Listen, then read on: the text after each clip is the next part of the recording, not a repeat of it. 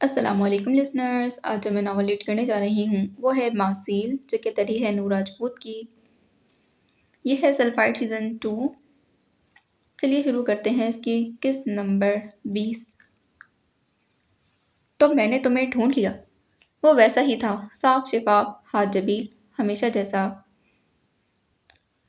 کتنے لمحے عبدل اسے حیرانی سے دیکھتا رہا اور پھر غصے سے مٹھیاں بھیجتا اس کی جانب بڑھا۔ تم یہاں کیا کر رہی ہو؟